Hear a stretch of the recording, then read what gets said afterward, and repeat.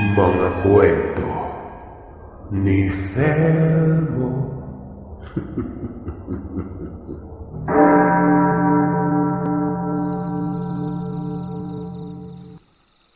Mapagpalang araw sa inyo, Sir Seth. Lalo na sa ating mga magigiliw na tagapakinig. Ako si Ann, taga Negros Occidental. Hindi ko nababanggitin ang eksaktong lugar kung saan ako nakatira. Pero sa mga nakarinig na ng kwentong may pamagat na aso sa palayan, ako po yung sender nun.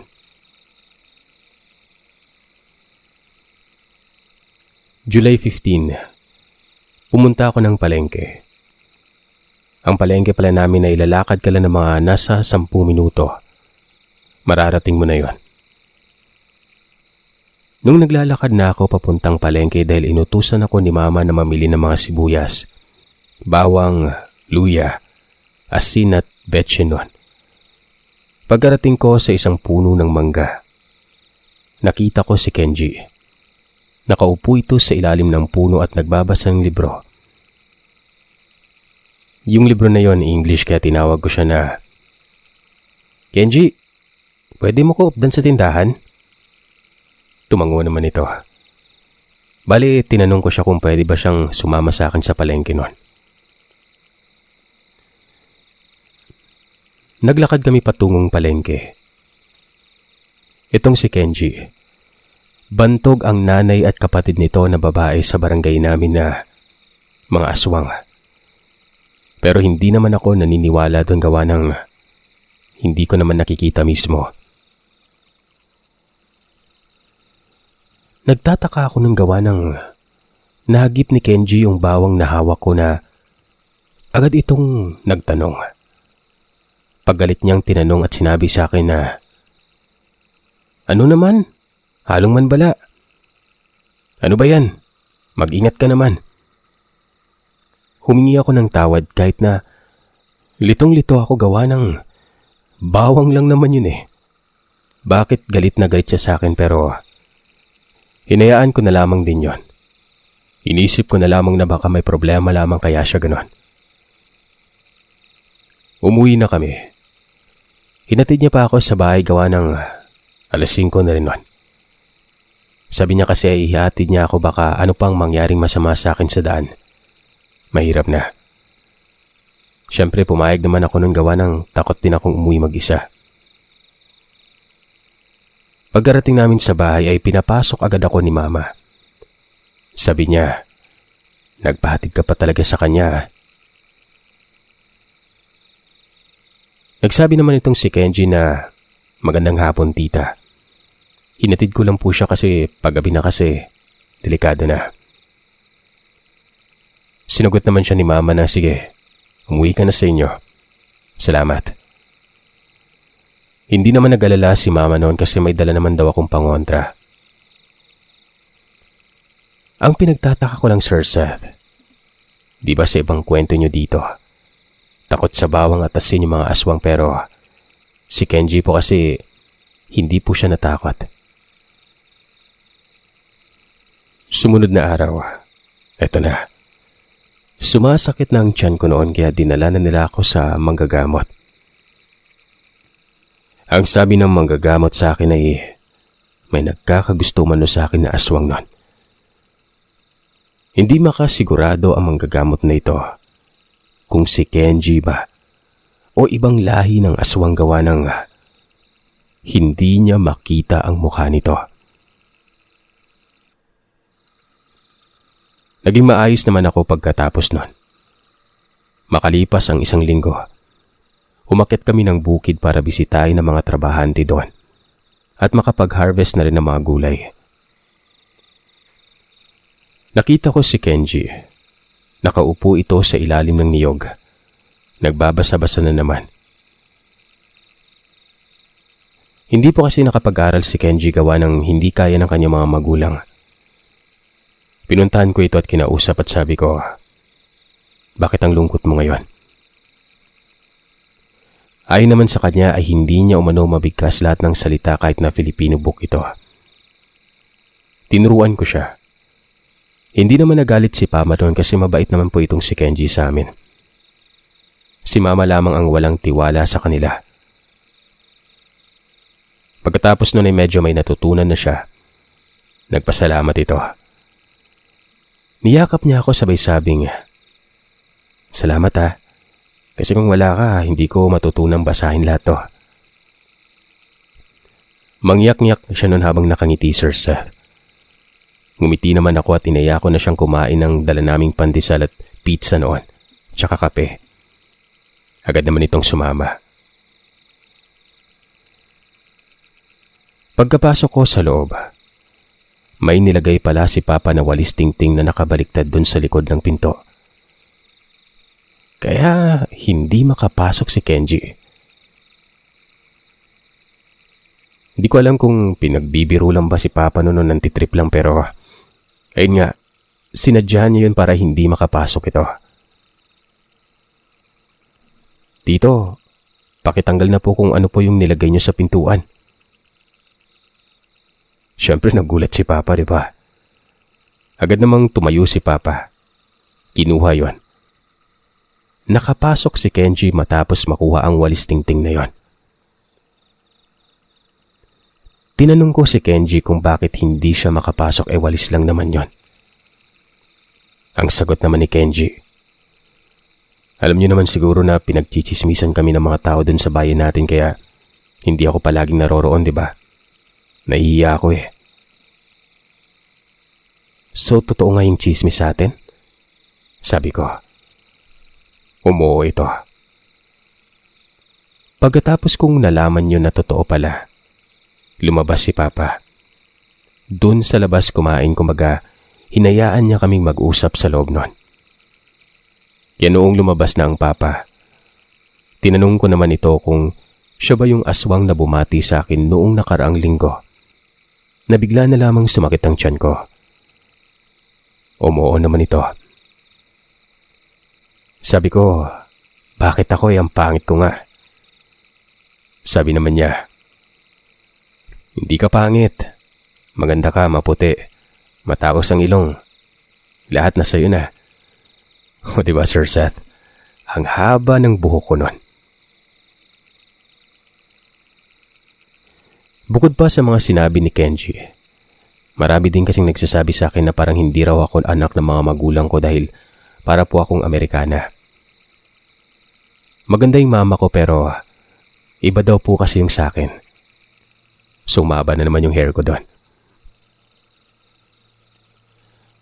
Pagkatapos naming mag-usap ni Kenji ay tinawag na ako ni Papa. Magligpit na daw ako kasi maya-maya ay uuwi na kami. Sabi ko naman, bukas na kaya kami umuwi kasi pahapon na rin nun.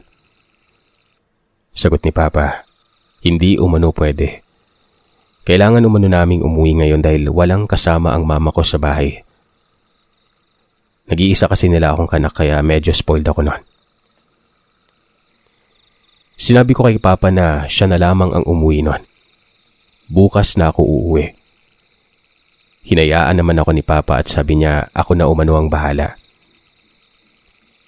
Nagsabi lang si Papa kay Kenji na bantayan ako at huwag niya daw akong aaswangin. Sabi naman ni Kenji, oo daw, babantayan niya umano ako nun. Nagpaalam si Papa. Nagmano kami ni Kenji sa kanya bago siya umalis. Hindi naman nagdalawang isip si Papa na iwan ako doon dahil mabait naman si Kenji. Pero sa oras na yon, kami lang palang dalawa ang maiiwan doon kasi ang ibang nagtatrabaho sa bukid namin. Uuwi din pala, Sir Seth. Kinabahan ako pero hinayaan ko na lamang ito. Wala naman na ako magagawa. Pumasok na ako sa bahay para magsaing at magluto na rin ng ulam. Sabi ni Kenji, ang kanyang uulamin daw, siya na ang magluluto dahil ayaw niya na may sahog ito. Lalo na sa asin at bawang. Kaya sabi ko ako na yung magluluto. Ihuhuli ko na lamang yung para sa kanya para hindi ko makalimutan. Sabi niya, sige, ikaw bahala. Salamat dahil sumasakit na rin yung kamay ko eh.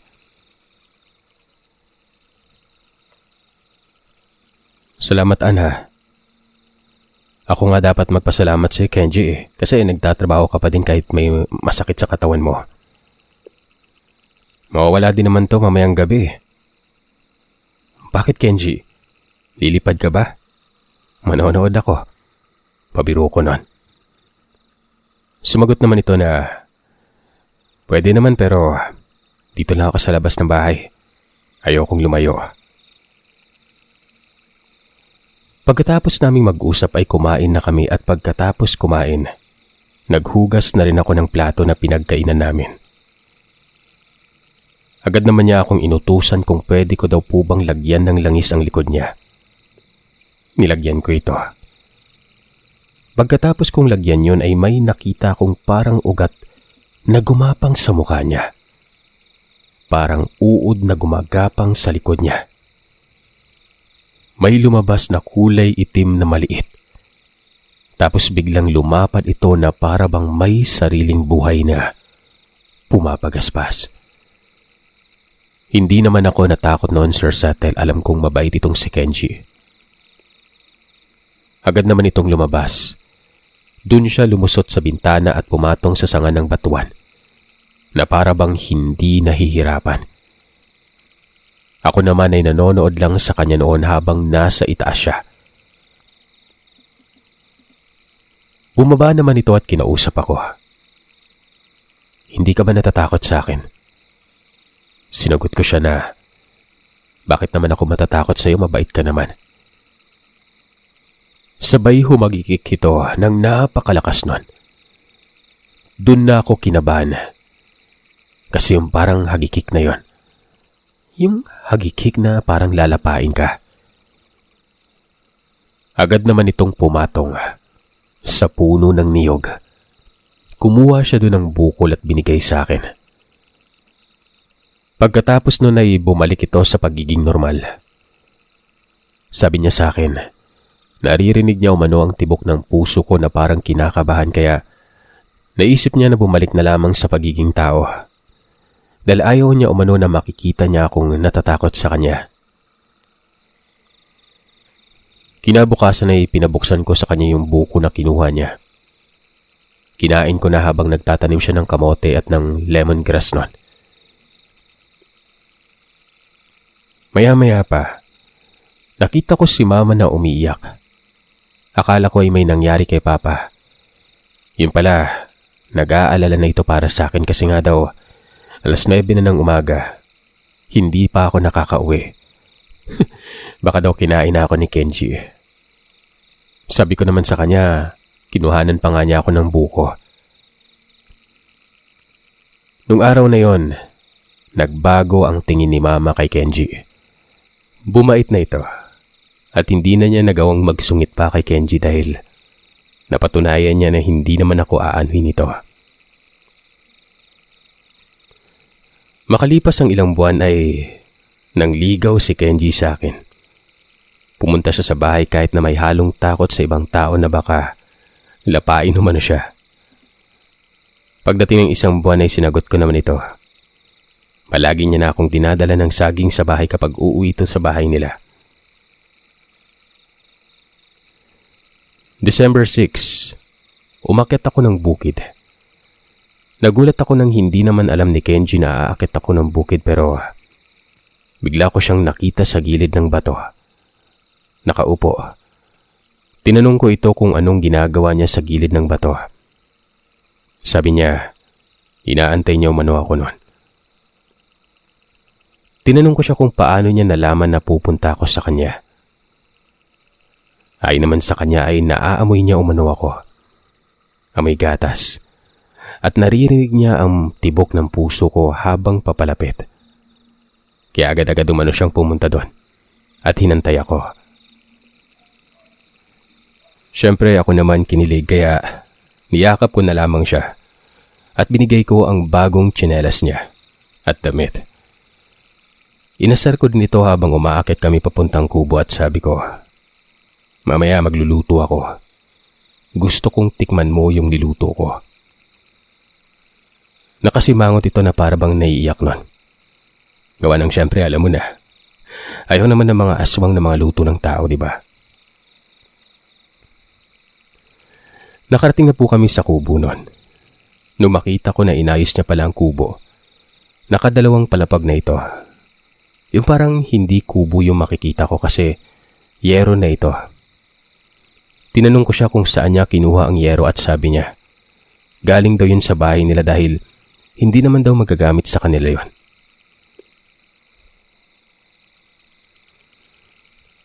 Pagkatapos naming maghapunan, nakaupo na ako sa harap ng pinto. Tinanong niya ako kung anong ginagawa ko doon. Sabi ko, inaantay kitang lumipad. Doon ay sinabi niya sa akin na ayaw umano niyang lumipad. Dahil nga po, nung huli siyang lumipad ay natakot ako nang makita ko siya.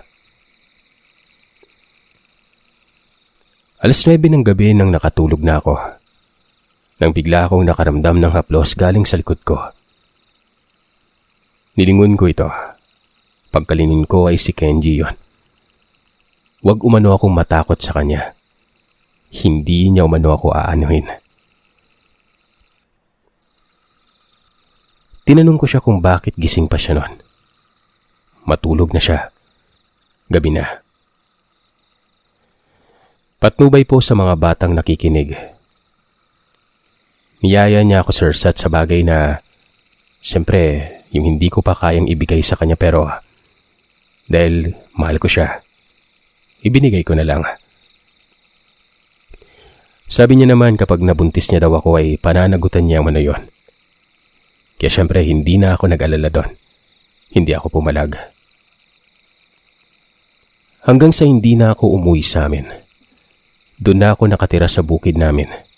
Kasama si Kenji at pumayag naman ang aking mga magulang dahil nasa tamang edad naman na ako noon. Nasa 28 taong gulang na ako habang si Kenji ay nasa 29 na taong gulang na. Sumama ako kay Kenji dahil no boyfriend since birth po kasi ako, Sir Seth. Sinabi sa akin ni Kenji na nag-aamoy gatas talaga ako kapag nasa malapit na ako kaya daw nanggigigil siya sa akin minsan. At dahil sa gigil na yon, ayun, kumalabit siya. Makalipas ang ilang buwan na buntis ako at napagdesisyonan namin na bumaba na muna ng bukid para dun na muna kami tumira sa kanila. Hanggang sa makapanganak ako noon. Hindi kami nagpa-check up o ano. Hindi ko alam kung abilidad ba talaga ito ng aswang. Pero yung tumitingin po sa anak namin sa loob ng tiyan ko ay si Kenji. Kung ilang buwan na ba ito? Babae ba o lalaki? Nung nasa 6 na buwan na ang pagbubuntis ko ay nalaman niya na babae ito kasi kaamoy ko daw ito. Tuwang-tuwa ako nun, Sir Sat, kasi parang kahit na nabuntis ako hanggang sa makapanganak, adik na adik pa rin si Kenji sa amoy ko. Kahit umano hindi ako naliligo sa isang araw, ganun na ganun pa rin yung amoy ko. Amoy gatas. Fast forward, nakapanganak na po ako nito, Sir Seth, nang bumalik na si Kenji sa bukid para kumuha ng mga gulay. Ramdam ko yung pag-aalala ni Kenji lalo na sa kalusugan ko kaya lahat ng gulay sa bukid. Binitbit niya lahat sa bahay para daw may pangdagdag enerhiya ako na agad namang ikinatuwa ko noon.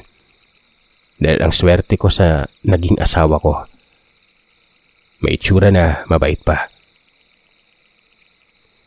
Sa ngayon ay 6 na taong gulang na ang baby namin. Kendall ang pangalan. Napakalusog nito.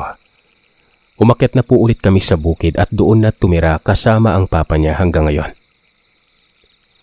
Alam mo, Sir Seth, sa loob ng 6 na taon, paulit-ulit pa rin sinasabi sa akin ni Kenji na maganda umano ang amoy ko. Ewan ko ba, baka sobrang in love lang talaga sa akin tong aswang na ito. Dito natin mapapatunayan na kaya nating makapamuhay kasama ang mga nilalang na ito. Basta, nasa tamang nilalang lang tayo. Hindi yung tipong hayok na hayok sa laman. Hindi ko rin naranasan na magkaroon ng nakakatakot na kung anong bagay na pinapakita ni Kenji sa amin. Kumakain siya ng normal ayon sa mga niluluto niya o niluluto ko para sa kanya. Yung anak naman namin ay normal. Sa ngayon.